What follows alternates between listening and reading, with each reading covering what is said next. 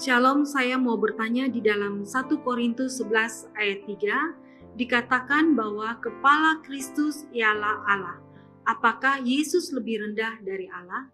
Dipakai sebagai dasar untuk mengatakan bahwa kealahan Kristus lebih rendah dari Bapa, dan dengan demikian Bapa itu adalah Allah senior, Yesus itu adalah Allah junior. Tentunya kita sudah mendengarkan bagaimana cuplikan videonya. Ada pertanyaan yang cukup menarik ditanyakan kepada pendeta Esra Soru. Apakah Yesus ini lebih rendah dari Bapa? Bisa kita perhatikan akhir-akhir ini, banyak sekali jemaat dari para pendeta mengajukan pertanyaan yang kritis, karena mereka sudah mulai meragukan ketuhanan dari Yesus. Yesus sendiri tidak pernah dia menyebutkan Tuhan di dalam Alkitab, tapi Yesus menyebutkan kalau dia utusan untuk kaum Bani Israel. Jawaban dari pendeta Esra Soru bukan hanya membuat jemaatnya tercengang, tapi membuat kita juga terheran-heran. Di sini ada Tuhan junior, ada Tuhan senior. Berbagai macam agama di dunia ini, hanya di dalam Kristen kita menemukan Tuhan senior dan Tuhan junior. Jadi kepada teman-teman di sini, jangan kemana-mana dulu, karena kita akan mendengarkan bagaimana selengkapnya penjelasan dari Bapak Pendeta Esra Soru. Sebelum kita lanjutkan, silahkan dukung channel ini dengan cara tekan tombol subscribe-nya, bunyikan tanda loncengnya, dan silahkan dibagikan videonya. Selamat menyaksikan. Shalom, saya mau bertanya di dalam 1 Korintus 11 ayat 3, dikatakan bahwa kepala Kristus ialah Allah.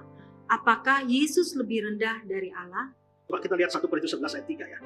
Tetapi aku mau supaya kamu mengetahui hal ini, yaitu kepala dari tiap-tiap laki-laki ialah Kristus, kepala dari perempuan ialah laki-laki, dan kepala dari Kristus ialah Allah. Allah setelah Allah Bapa. Nah, apakah ayat ini menunjukkan bahwa Kristus lebih rendah dari Bapa? Ya sudah pasti Bapa. Pasti dia lebih rendah karena Bapa itu menjadi kepalanya. Tapi yang harus dipikirkan adalah lebih rendah dalam hal apa.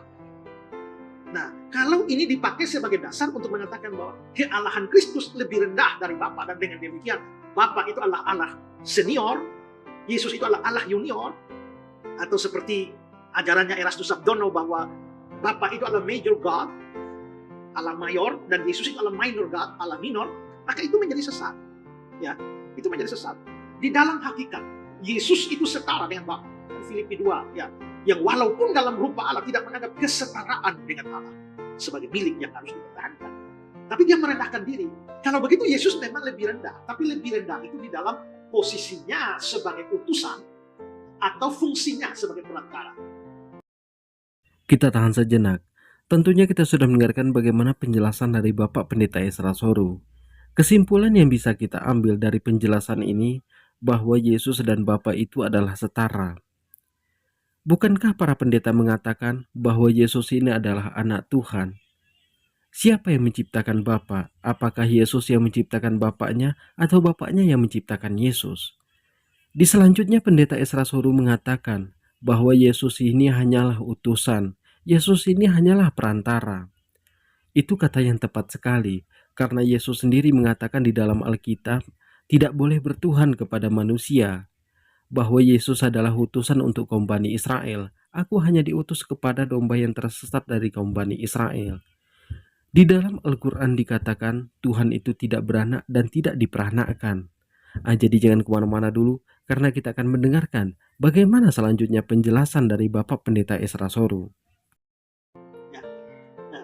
Karena kalau fresh di rumah, yang kepala rumah tangga siapa?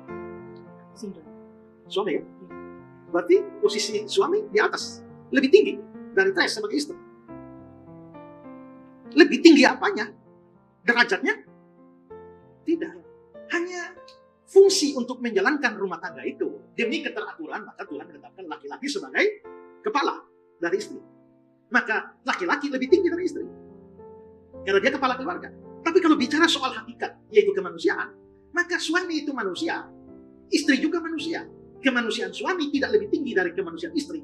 Kemanusiaan istri tidak lebih rendah daripada kemanusiaan suami. Ya, nah kalau begitu dalam urusan hakikat sebagai manusia setara derajatnya. Ya, tapi dalam hierarki rumah tangga, demi keteraturan rumah tangga, maka suami menjadi kepala istri.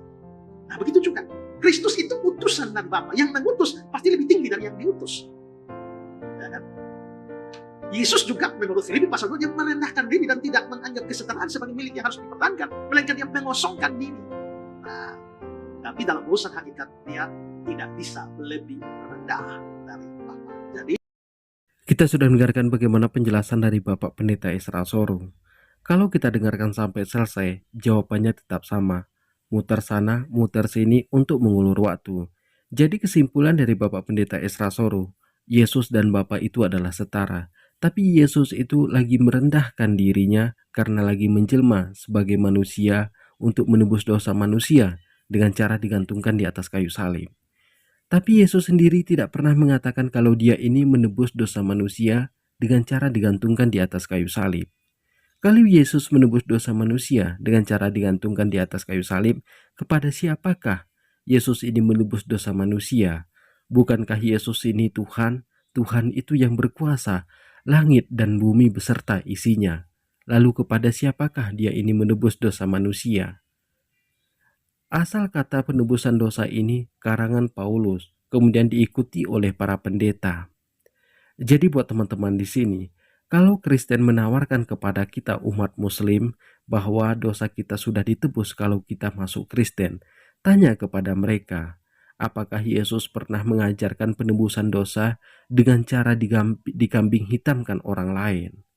Di sini mereka yang berbuat jahat tapi orang lain yang bertanggung jawab. Apakah ajaran-ajaran seperti ini masuk akal? Karena membuktikan kebenaran dari sebuah kitab suci itu mengikuti zamannya.